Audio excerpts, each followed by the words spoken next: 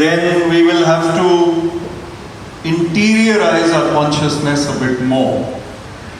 But this is not a satsang. This is not a spiritual discourse. I am not eligible for that. I am a student of spirituality. Let's talk about AI now. We are all in the era of AI. Increasingly it is enveloping our minds, our lives, our situations, our existence. Everywhere it is popping out of something or the other. And the big boss is listening. Somebody listening to us, hope. We are talking about going to Kota in Rajasthan, and Google will start showing us ads of Kota. Some of you are worried that Google is also catching your thoughts, that I was thinking about Shah Rukh Khan, and Shah Rukh Khan is popping up out of my, not Shah Rukh Khan, nowadays it's probably Kartik Aaryan. Kartik Aaryan is popping up out of my Google because I'm thinking about him. I think that's not true for now. Okay? So rest assured, what you think is not what AI is perceiving.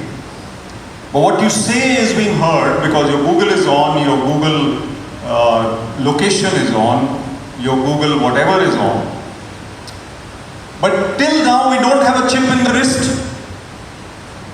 Does anyone have a chip in your retina or wrist as of now? We're still 100% human. Some people have pacemakers. Good luck to them. I mean, very good to have pacemakers. And somebody I know has a pacemaker for the last 20 years. That is an artificiality in your body. But largely we are still human with hearts and minds and brains and bodies which are human. So while we are human, we should retain the ascendancy over AI. AI is an enabler. AI is a tool. AI is something to facilitate. It cannot be the boss. And even if we've seen science fiction movies where, you know, they're controlling the world and they're going to take over the world and killing human beings and machines are all powerful. Even if Elon Musk is doing things which are going to make life difficult for us, we still retain that humanity within us, which gives us the ability to be superior and control technology instead of allowing it to control us. This is the crux. So till now, as far as I know, AI doesn't know love, doesn't know joy, doesn't know inspiration, doesn't understand empathy. As of now, ChatGPT will do what you tell it to. Let me be very frank. When I receive a message or a letter from ChatGPT, and you make out within a second that this is ChatGPT. This is not the person writing it. Even if you don't know a person, a letter received from ChatGPT enabled technology is very clearly ChatGPT. So AI doesn't know how to match human beings in that sense. So therefore, we are still in the ascendancy, and as far as I can see, human beings don't need to worry about AI. What is the problem? The problem is overusage. Living in the virtual world. You remember the lockdown ended in about 2022? Yeah? 2022, I guess we were, third wave, I don't want to remember that, but third wave of Omicron was about January. Even I fell ill at that time. But February, March or April, May, I think things were getting better, right? Now after that, people went back to work, and Infosys, etc. are still reporting that only 33% of the youth have come back to work. 66% are still working from home. So one youngster went back to work, and his boss was shouting at him for some reason after a week. And he wanted the youngster whose boss is shouting at him, that youngster is looking for the mute button in real life. But there is no mute button in real life. Because of that lockdown phase where you are, hiding behind that screen. And at times people had images which looked like they are there, but they were not there. And there was also an interview of somebody, and this is your background. He says it's the Golden Gate Bridge. Whereas the background is not that. Your background, they are asking in the interview, what is your background? Tell us your background. So I think what we do is we tend to overuse AI. We tend to become over-besotted, over-obsessed, over-absorbed in artificiality. What we need to do is to see the bigger picture. So human beings who are growing now, youngsters who are getting into their careers in a few years, need to understand the need for balance. And similarly, parents need to understand the need for balance. So, unfortunately, all of us or most of us are guilty of handing over gadgets to young babies when they are crying. Little children, maybe even you when you were little ones, when the child is being difficult, give him a phone. When the child is doing all kinds of things, give him something or give her something which keeps her busy. And that child then becomes engrossed in the virtual world. When my daughters were very tiny, I think we had nursery rhymes playing for them on the video. And that video they would keep on watching again and again and again and again. And that was not good for them. A little bit was fine. So I think it's very important for parents to understand the need to balance real life with technology for their children. Now I'll give you a little bit of a warning, not much of a warning, but a little bit of a warning. So my niece, my sister's daughter, she locked herself in her room for 2 days. And she would not talk. She would only accept food and she would WhatsApp her mother. Now that became a crisis in a way because mother was very worried. She came out after 2 days, started talking. I think what we need to do is communicate a bit more between generations. We need to talk a little more. And I think the parents need to accept that responsibility a little more. And the children who are trying to convince their parents of something, that I want to go into this stream, I want to go into this career, or even minor things like I want to buy a new pair of jeans or whatever it is, they need to do it with a little bit of patience. They need to do it with a little bit of understanding. Youngsters need to understand parents, parents need to understand youngsters. And if we're going to keep busy on social media as both generations, then we are not going to really be able to do that. So are we having dinner together? On the dining table? Some people are nodding, very good. Are we having breakfast together? Hardly. How many times, last time when I came I asked this question. Okay, let's do it here. Should we do a poll? How many minutes do you take over breakfast normally on a normal working day? That is the question I'm going to ask you all in the hall, okay? And you're going to raise your hands when I ask you that this option or this option or this option, alright? How many minutes do we have breakfast every day? For how many minutes? The first option is going to be 0 to 3 minutes. The second option is 3 to 6 minutes, and then more than 6 minutes. Thoda sa just roughly assess in your mind. So how many of you have breakfast on a normal working day for 0 to 3 minutes? Raise your hands, please. Without any fear, without any shyness, okay? Okay. I see the students are not raising hands, so that's good. I don't know. How about 3 to 6 minutes? Please raise your hands now. A lot of people, quite a few people, breakfast for 3 to 6 minutes. Okay, more than 6 minutes is the rest of you. Okay, put your hands down. More than 10 minutes? More than 10 minutes, please. So let's have a round of applause for that. So if you have breakfast for more than 10 minutes, it means you are quite sorted. Sorted. Your day is pretty much planned. And in those 10 minutes, are we focusing on breakfast? Or in those 3 minutes, rather, are we focusing on breakfast? We are not. Because if we are there for 3 minutes, we can't focus on breakfast. Today, I must admit, I reached here at 8:40. I had to have breakfast in a hurry. And I was like, it's tough on a busy day. But then my day normally starts at 10:30. So normally when it starts at 10:30, I'm much better off, right? That's my choice because I resigned from the service. Otherwise, I would still be in the secretariat at 9 a.m. every day, even now. But I resigned. So my choice, my volition, and your volition is basically in your hands. You have to apportion enough time for family time, for togetherness, for meals, for other things. And the screen time has to be reduced. We know it. Screen time has to be reduced. Teachers, educators became the heroes of the pandemic. Apart from doctors and medical staff, I wrote a piece in the Hindustan Times. Educators started sitting in front of the camera and have to perform. They have to teach. They transform themselves within a week. It was very difficult. But now is the time to live in the real world as far as possible. To be the boss of technology.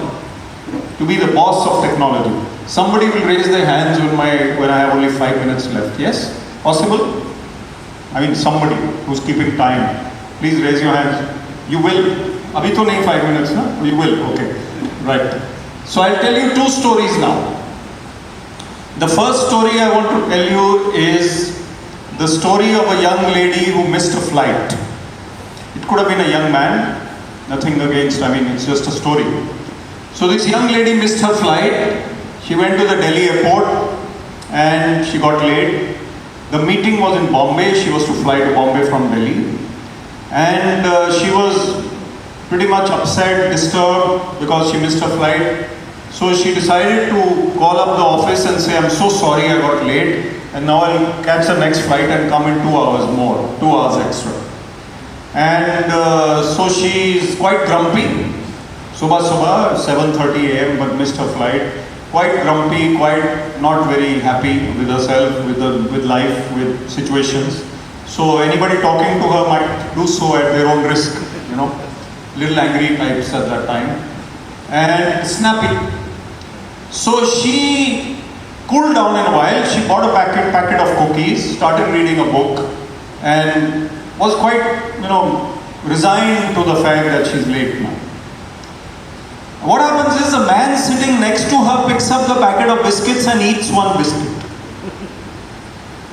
Now, this lady is already seething with anger at herself or at the situation, and now somebody is eating her biscuits, but she decides somehow to keep her control, to her credit, and she thinks he must be mistaken, he ate my biscuits, so she picks up the next one and eats it, just to prove her jurisdiction, just to prove that this is my packet.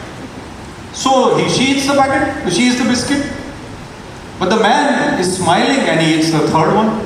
Now men can be very irritating at times. Why is he eating her biscuits and why is he smiling? So she decides to keep her cool, but she eats the next one. And he eats the next one. She eats the next one. And I don't know how many biscuits are there in a packet of cookies. Who knows? How many biscuits are there in a normal packet of cookies? Odd number or even number? Odd number or even number? Even. So the last one, man picks up last one, breaks it into half and gives her half and eats half. Alright? Now she just doesn't want to talk to this person, but whatever has happened, now it's over and she gets over it. The man doesn't talk to her, she doesn't talk to him, biscuits are done and they're sitting reading their books and the flight is announced now. The flight is now announced to go. And she opens her purse to take out her boarding pass and she finds a packet of biscuits is in the purse. She had been eating his biscuits. So now we realize where is our mind? Where is my mind? How many of you lose your parking ki parchi in Elante or wherever you go? Sometimes I lose it. Keys, little things. Sometimes you reach the wrong place at the wrong time. Wedding was supposed to be at lunchtime, you reached at 8:30 in the evening. It happened to me also. You can say, sir, both of the back. You should have come at lunchtime. Because we are distracted. And distractions are something which are part of this era. Also, we are in a restless mode all the time. We are not calm. The quality we need is calmness. Very difficult to attain, very difficult to maintain. At the end of the day, we are usually a little cool after work, but during work, during a busy day, our minds are ruffled. Chandigarh is a very calm place overall. There is no need to be ruffled. In Delhi, Gurgaon, there are other things which make us, life difficult. Here it's not that difficult. But we create problems. So there is a saying, I think a saint said that human beings create problems for themselves when none exist. What is creating the problem? Mind. So we are creating problems where none exist. We are doing that. Ma'am is monitoring those students, huh? Are you monitoring those students? I think they're pretty cool. They're fine. So the thing is that yesterday I was addressing about 600 CAs in one of the hotels. New students of chartered accountant students. And they were pretty, some of them were restless, but I was fine with them. These are very well behaved. So the thing is that, one more story. We have to be grateful for what we have. You should be feeling blessed that we are in Carmel Convent, Chandigarh right now. We have been in difficult situations in our lives. Anybody who had a 100% smooth life till now? Anyone who raise your hand if you had a perfectly smooth life without any hiccups ever? Okay, quiz question. What are the spellings of hiccups? Sorry about this one, but I have to toss it at the students. What are the spellings of hiccups? Hiccups. Kaun batayega? It's not as obvious as it seems. Spelling of hiccups. There are two versions. I want the more difficult one. Yeah? Hanji? Okay. HI is fine. C is also fine. After that? Huh? So I think the old spelling was hiccup. C-O-U-G-H. Yes, hiccup, hiccup. So it became hiccup later. So now I can hide behind this again. The thing is that I am here only for a little while to speak to you on the annual general meeting. We all know the things that I'm saying. So I'm going to tell you this story to just inspire that thought. So there was a young little boy, he was about 12 years old. He lost his arm in an accident, unfortunately. He had only one arm. And he was always wanting to be a judo player. And this judo player, he wanted to learn but one arm. So he went to the coach and said, "Coach, can you please teach me some judo?" The coach says, "My son, you have only one arm, what do I do?" He says, "Sir, please teach me something." And this is Japan, we're talking about Japanese. He says, "I'll teach you one move because you have only one arm." So he teaches him one move, Ek Chal. And after that one move is perfected by this boy over 6 months of training. They go to a competition. And this boy, he beats the first chap with that one move. He wins the second and third rounds also.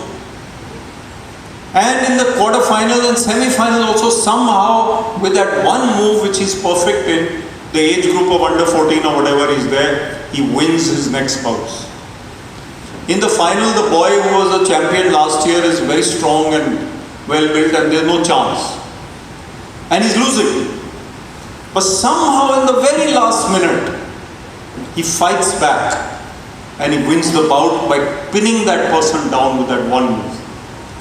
Now he goes to the coach, and the coach is very happy. They have the trophy, they're going back in the bus. And he says, "Sir, will you now teach me one more move, please? I've done this move so perfectly."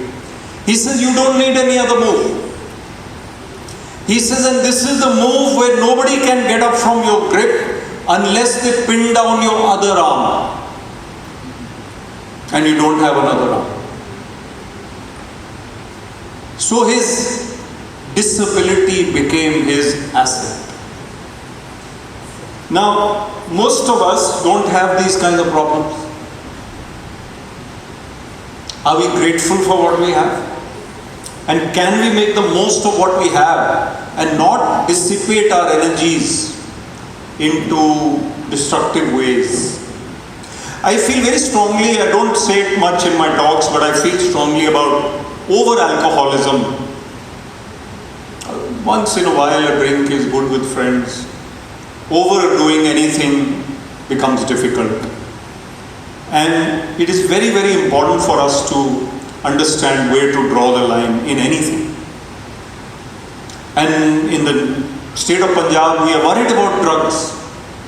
We need to draw the line. The main method is for parents to keep talking to their children more and more and more, and to keep that communication alive. Children who are, some of us are spoiled. Children who are brought up by the maids because the parents have been busy are not going to, the maids are doing a great job, but they cannot substitute the parents. Parents need to give more time to children. Ever since I became senior enough, I've been giving lectures to parents, which I'm not really eligible because nobody is perfect. We also have 2 daughters. We are not perfect parents. And these 2 daughters are doing pretty well, but we have to understand where to draw the line. Okay, 1 or 2 more things and then I close. The first is we must congratulate the Indian cricket team for what they did. Let's do that. And the last time we won a World Cup was in 2011 when all you kids were little babies, I think. So now you don't remember 2011, we remember 2011. I even remember 1983 when I was in school, and 2007 also was there. But this kind of achievement should give us that inspiration which lasts. It cannot be only for a week that we celebrate and then it's over. We have to see the lives of somebody like Arshdeep, someone like Rinku Singh who was not in the final team, Yashasvi Jaiswal. Look at how difficult their circumstances were. I have been involved with cricket. I organized a cricket tournament. My friend's son used to play with Arshdeep.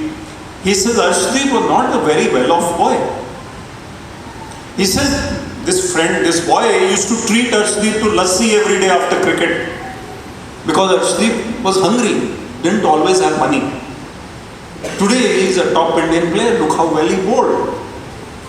So we have to understand that difficulties are to learn from and go forward. It's very, very important that we do that. I'm going to close with some Japanese concepts which you all know, but you can just revise them.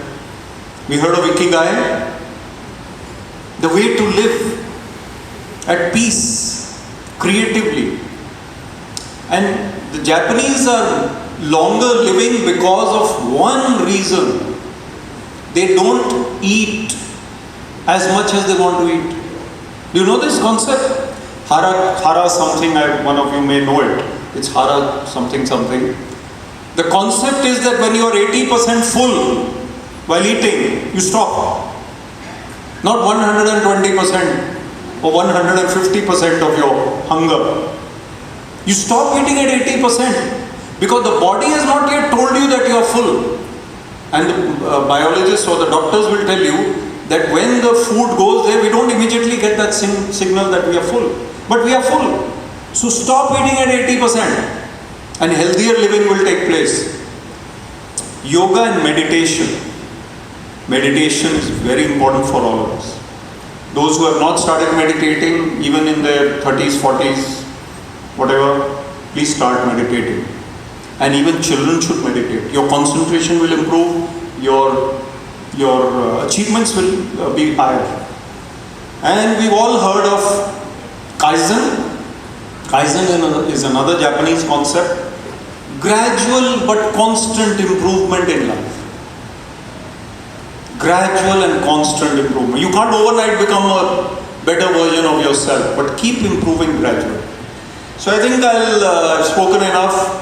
We are living in the era of AI. AI is a servant, it is a facilitator, it is not our boss, so don't make it our boss. And spend more time in conversations. Coffee is very good with conversations.